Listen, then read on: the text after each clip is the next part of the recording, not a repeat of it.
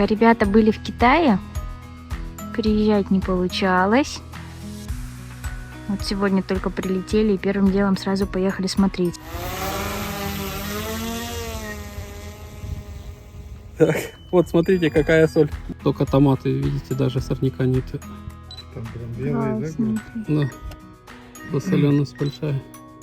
А для томатов Вот это по- хорошо, да? Нет, нехорошо, но мы вытягиваем их. Задача как хозяина получить больше выход долларов с гектара, так я говорю. Да, ну и чтобы пользу приносило людям.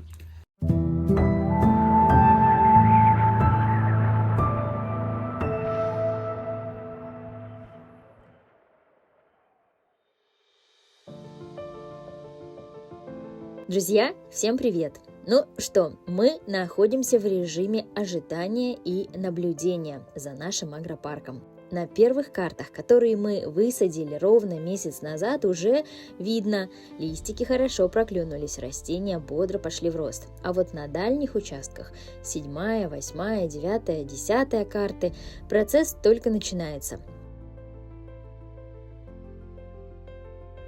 Так уже можно, визуально посмотрев на грядки, увидеть достаточно высокие стебелечки, пушистенькие, с листиками, с цветочками. Вот. И воздух прохладный, приятный. Прям за клубничку хочется порадоваться. И вот, пока наше клубничное поле набирается сил, мы решили не ограничиваться только им.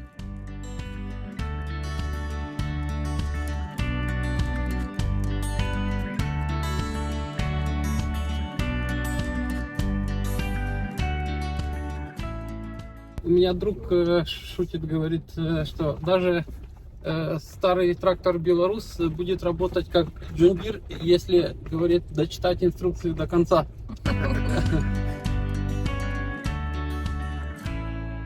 С агрономом, о котором мы рассказывали в прошлом выпуске с Александром Джигой, мы договорились посмотреть, как идет работа на поле, где работает он. Так мы оказались уже на томатных полях. Так, вот это у нас первое поле, которое мы собирали тут, ультраранний томат. Ну, это одно поле, но мы на две части, типа одно поле, второе, первое, второе поле. Мгм. Енисейские поля, енисейские кыргызы и Париж, потому что вот так, как Эйфелева башня. Мы провели почти целый день на хозяйстве, и Александр показал нам массу интересного. В этот выпуск вошла лишь часть, но будет продолжение с рассказом о тех технологиях, которые помогают получать рекордные урожаи. Кстати, начали нашу встречу с обсуждения органики и о том, как агрономы по всему миру относятся к этому понятию и каким методам выращивания доверяют. Органику вырастить можно. Да, если брать вообще историю человечества, то все по сути ели органику, да, там Да. последние там несколько там тысяч лет. Но получается продуктивность на органике. Для органики первое надо, чтобы были, есть же стандарты там разные. ЦРС, там, органик стандарт, еще какие-то стандарты, которые прописывают, что можно, что нельзя. И даже если продукт органический, например, какое-то удобрение, то тебе надо его зарегистрировать сначала в этой структуре, потом только использовать. Вопрос, есть, например, органический там, бор, да, какой-то. И этот органический бор, он не продается в Кыргызстане. Чем ты его заменишь, да? Или там железо. Соответственно, для того, чтобы развивался рынок органики, надо сначала сделать полный ассортимент того, чем кормить растения, да, чтобы все препараты были зарегистрированы, и чтобы люди умели их использовать, понимали как. Органика, это классно, но с другой стороны, органика может быть более пагубна, чем традиционное сельское хозяйство. Я когда-то выступал на конференции по органике, где собрались все украинские органики и компании, которые сертифицируют. И меня как Вичайдушну, это как человека, который не боится от критики, попросили покритиковать органику.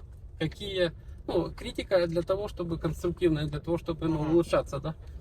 Ну, и я начал выступ с того, что первое, например, многие понимают, органика это внести много навоза. Но я, например, есть такое село, которое занимается капустой, перцем в Закарпатье, Заречье. Там у них 1200 гектар теплиц, такой пятачок возле гор. 1200 гектар теплиц, там несколько сел занимаются вот выращиванием. И они на 10 соток могут внести 2 КАМАЗа или 5 КАМАЗов навоза. И там у них нитраты зашкаливают в 150 раз. Если, например, не вносить кальций, ну кальций это ж не есть химия, да? Кальциевый препарат, ну, например, тот же гипс, это ж минерал. И если его не внести, если в почве есть стронций, цезий, то радиоактивные элементы и не хватает кальция, они очень похожи между собой.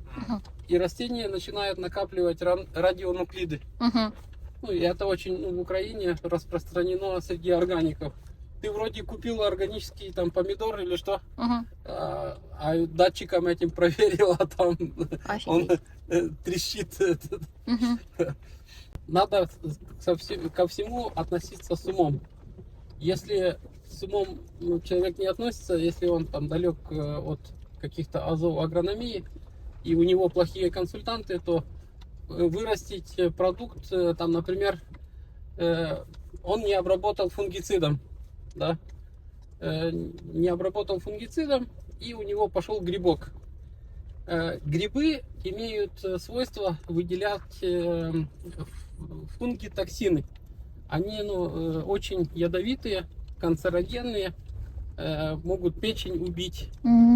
И вот, например, картофель, который из фитофторозом, вот так разрезаешь, и такие черные есть. И там получается, что человек, кушая такой картофель может получать интоксикацию печени, потом цирроз печени, и даже не понимает, он же органику кушал.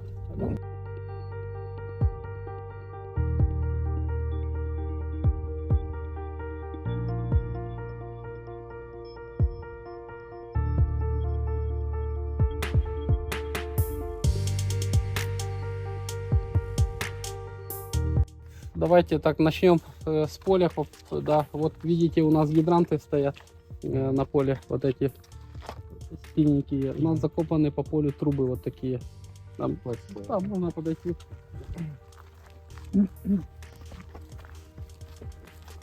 А вот мы такие трубы видели в Калифорнии, они пользуются сплинтером для клубники. У них это срок службы на 20-30 лет. Они тоже хватает? Их тоже хватает надолго? Ну, у нас такого опыта именно по этому производителю нету, это китайские трубы. Но в принципе, если они защищены от ультрафиолета, они защищены, потому что они под землей, в принципе, они так и должны где-то в районе 20 лет прослужить. То есть на таких огромных площадях, как это, флайленд, вот эти все, они здесь вообще, да, и будут? Не, можно использовать, просто это, затраты, здесь капитальные затраты чуть больше, но в целом, если брать там за 10 лет, то они значительно меньше, потому что обслуживание, лейфлеты рвутся, они на солнце А тут мы только, получается, лейфлеты отбрасываем отсюда. И с поливом как бы более просто, не надо сматывать постоянно вот это все туда-сюда. Люди, затраты. То есть вы лайфлеты подключаете к тем гидрантам? Гидрантом, да, и растягиваем. Если основная трасса у вас уже проложена, да? Да. Вы так уменьшаете именно время на монтаж, ежегодный демонтаж. Да, да, и затраты на это, и Затраты. плюс расход, потому что где-то трактор зацепил, еще что-то, а тут уже как бы этот фактор выключается. И у нас на гидрантах стоят датчики автоматические на радиосигнале, которые мы можем открыть тот клапан, тот из телефона. Я могу видеть, какой этот гидрант поливается, могу видеть если pH. Ну, сейчас пойдем дальше. Получается, вы поливом управляете, сидя здесь в офисе. Хоть в Украине, хоть в Канаде. Не Откуда. надо туда ездить, кран открывать, закрывать. Да, да.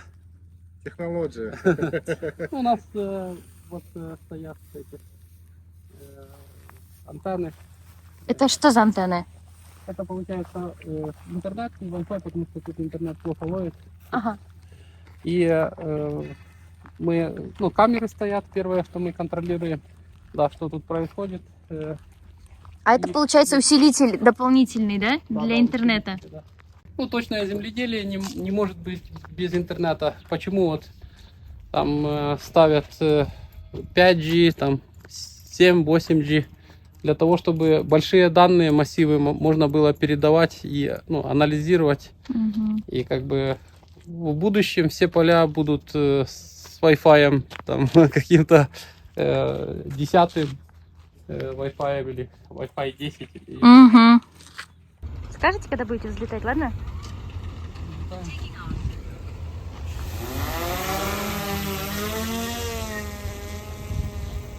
Видите? Да. Где зеленое, это более вегетация более интенсивна, где меньше, это получается зона стресса. Вот смотрите, какая соль. Только томаты, видите, даже сорняка нет. Можем приземлиться ниже. Ох, Там прям белые, да? классненький. Да, засоленость большая. А для томатов Вот это тут- хорошо, да? Нет, не хорошо, но мы вытягиваем их. А что здесь росло до?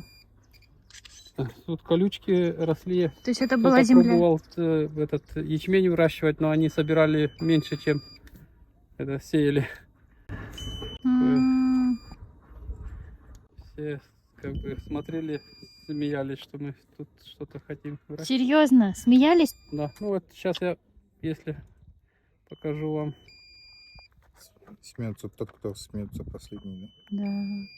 Смеется тот хорошо, у кого все зубы целые.